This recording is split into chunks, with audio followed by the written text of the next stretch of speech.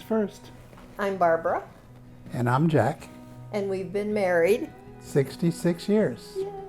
We're Ken and Barb Lucas, and we've been married 47 years. I'm Charlene Jackson Davis. And I'm Charles Davis, and we've been married for 53 years. My name is Navita Cummings James, and I am married to Julius E. James. And we will have been married 47 years this coming September. How long we been married? 62. It'll be 63 in July. July 20th. Yes. I'm Mary Blair. And I'm John Peterson. I was having lunch one day with my roommates, and Barb went through the lunch line, and I looked at my roommates and said, "That's the girl I'm going to marry." I have no idea how that came about, but it did. So I went over and introduced myself, and we went out that night. The little town that she lives in has a military base, and I happened to be security on the main gate, and she came through the main gate, and I stopped her and told her she couldn't go in unless I had the information I needed, telephone number, those type of things. And by the way, he did not need to know my name and telephone number and address just to get through the main gate, okay? So that was a really big fib, but it was okay. Well, Once upon a time, we were students together at The Ohio State University, and I was writing for a newsletter, and I asked him to come meet me in an office in the student union so I could interview him. He came to the office at the appointed time, and I was painting these buttons. I kept painting while we were talking, and then at some point, I mean, he was a very interesting individual. I was just inspired to start painting his nose yellow. And mind you, I did not know him. And he sat there. terrified. He sat there and let me paint his nose while we kept talking. And that made me very interested in him. I happened to be at the bowling alley when she and her family came, and I was getting ready to leave, and so she came over and approached me. All right, this question is for both of you guys to answer. Wait a second. I didn't approach him. I was there with my family, and he was there by himself, and that's how that happened. Met on the first day of school. My very first day on campus, I was a freshman and he was a junior at that point. He was a BMOC. Do you know what that is? Big man on campus. And so he was going around table hopping. "Hi, I'm Jack Sniffen." And that was the first impression of it. It worked. We had an attraction right away, both of us. She waited for my call. I just loved the guy in uniform. I still do. She had long red hair that I just loved. I don't know.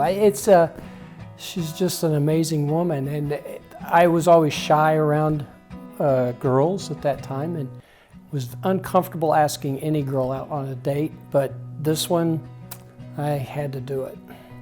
I liked his personality. He was very funny, and he always came with some sly remark or something that always made everybody laugh. Well, she was a girl. Probably had something to do with it. So now what's your answer to that? I wasn't attracted to him at first. That's why your question threw me. Navita joined the choir that quarter. and we became friends. And she was a good worker, and a lot of things that we had to do to organize shows, theater, stage management. She was on it. And so I enjoyed working with her. We became very good friends. Well, I think because she was cute, that was sort of what tipped the scale for me. I have no idea what she's going to say because obviously I wasn't cute.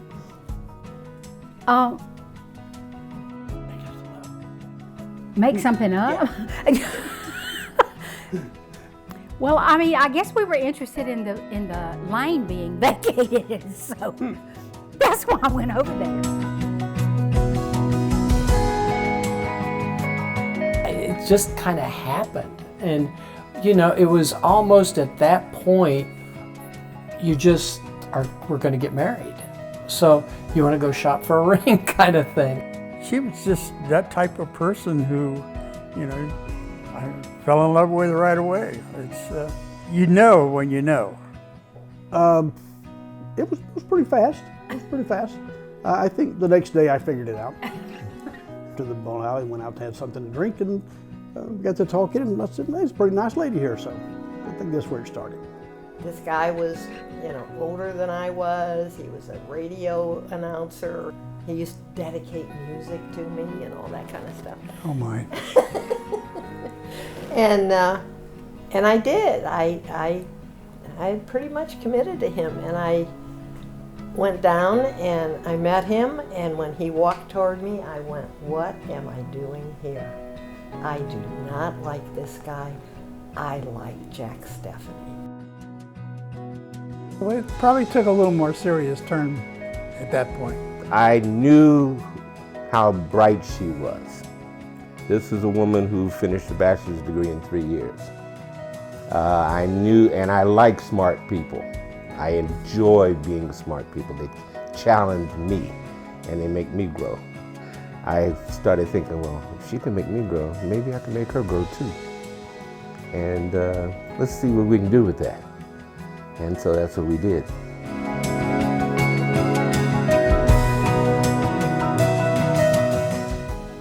The biggest challenge was when he decided we were moving to Florida. And I thought the world would end. We both had to quit our jobs. And yes, he was going to run a hardware store, but that didn't work out.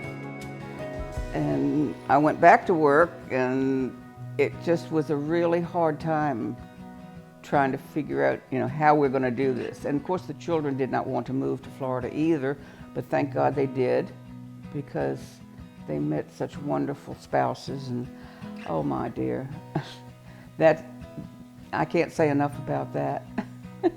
What I did for a living, you know, early on, we moved about every 2 years. So I think those were always tough ones. I remember the first time we moved from Indiana, her folks were over, and I said, "Hey, how would you like to move to Montgomery, Alabama?" And she said, "I wouldn't." And I said, "Well, you want to rethink that." And that kind of started the career.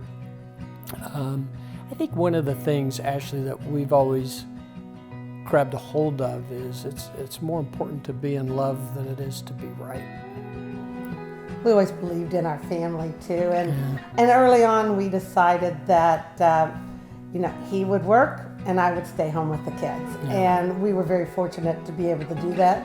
Not that it helped financially, because it didn't, but we made it do because we felt it was important to be home with the children and raise them as a family. I mean, people used to set their clocks on the time Ken came home from work. It was like, oh, must be 5:30, 5:45, Ken's on his way home, you know. So it was easy to do that, and we had a schedule, and we worked together at it. Well, my perspective is that when there's a problem, first of all, you admit that there's a problem. And if you admit it, then you're ready to solve it. And I was into solving problems all the time. And Vita wasn't always into solving them as quickly as I would like to, And so I learned to be patient and learned to back off. But we solved them as we went on. We just start making the plans and you follow them through. And solutions come.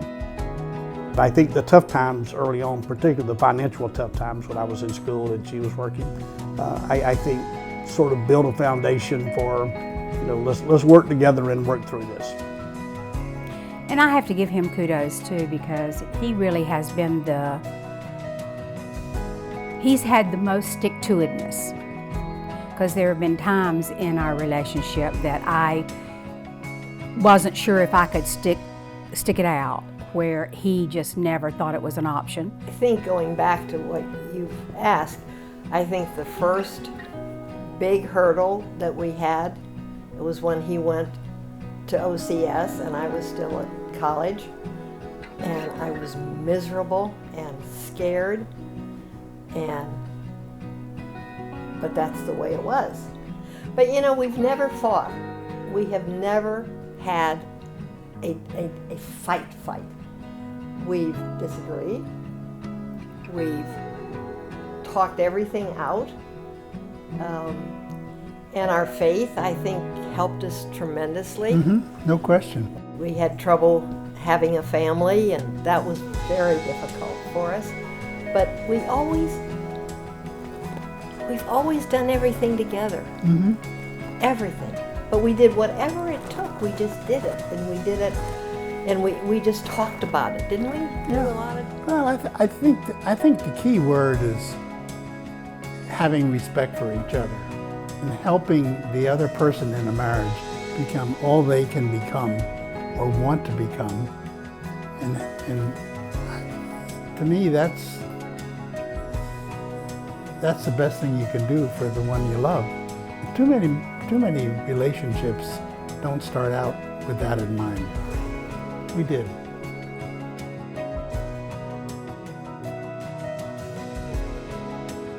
If you give up marriage before you put in 50 years, you've given up too soon, because sometimes it'll take you that long to figure it out. And this business about all these people have been married a long time, and they tell you, don't go to bed mad or angry. Well, sometimes we just do, and sometimes it might last for several days, but we'll have to discuss that. I don't know whether we want to change that or not. We don't always agree, but oh no, we're always together. Be in love. Don't be so concerned about winning the argument and being right. It's not any more complicated than that. I think I get kind of frustrated with young people sometimes. I don't know that they give it the time that they should. But that's my advice. I don't know, hon, but probably the same. People need to think and care about the other person a little more. There's so much going on in their lives. They're so busy. They're tugged this way and that they don't give each other the time that they need. And the thought process of maybe this is bothering them, and they just, if nothing else, need the support, a hug. That's very hard for people to do nowadays. I just need a hug because I'm struggling through something, whether it's the kids, the job, or the day. It's not all about you. That marriage, like I said in the previous answer, is give and take. You adapt to what your person that you love adapts to. You expect that he or she will do that sometimes, and you work on. It's an evolutionary process, because they say, when I get married, he has to do this and she has to do this, and I'm going, no, you grow together. I believe that when we're single, we have singular goals to achieve.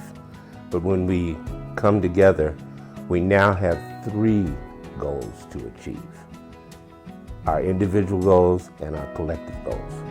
That has to happen. There's no such thing as coming together and still having just 2 goals. That 3rd goal is a couple goal, and that needs to be worked. And his mother told us that, and I've heard other people say this too, Never let the sun go down on your anger. And I always thought that was so beautiful, even though I didn't do it.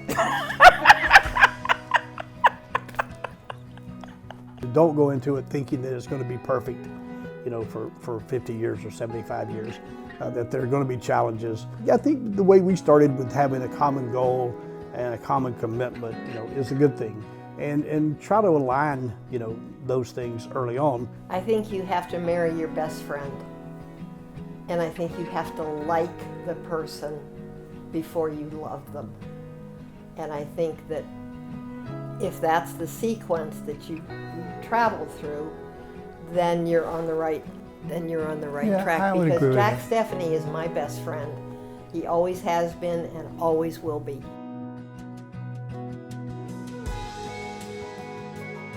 His loyalty and his sense of fairness. She is a very kind person. You know, she thinks of others. I love that we can still laugh together. I love that we laugh together. And that we watch football together. And that we enjoy music together. And that we share our faith together. Yeah. He wanted me to be the best I could, and he did everything to encourage that and supported me, and he's still so cute. I tell him that all the time. I say, "You're so cute." He's you know, you go out in our carport, there's not another single person there, and he opens the door for me in my car. And that's just one of many, many things that he does. That he always says he loves me. He loves me. I've never doubted it. As many guys as I dated, and how long it took me to really recognize who Jack Stephanie was, I never have doubted for a minute his love for me or my love for him. Well, Barbara is first of all, she's very smart, and she has a strong will, but I say that in a very positive way. She will roll up her sleeves and work just as hard as I work, and I think if you can say that about the person that you're married to, that's pretty special. Lots of things have changed in 60 plus years. He helps me with little things. When I can't do the mopping because my back hurts, then he'll do that for me. He brings me flowers from the yard. I think you just evolve this way. You kind of get mellow in your old age, and you finally figure out what it's all about. She rocks my world.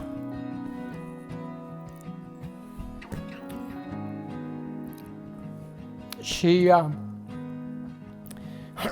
pardon me, Ash, she took up golf at 60 years old so that we had something we could do together. And we try to do that every Sunday, but she's the love of my life. I like his humor. I like his dedication to the family and everything that he's brought to my life. He completes me. You know, where I need him, he's always there. And that's so important. He is my other half, and I will hopefully always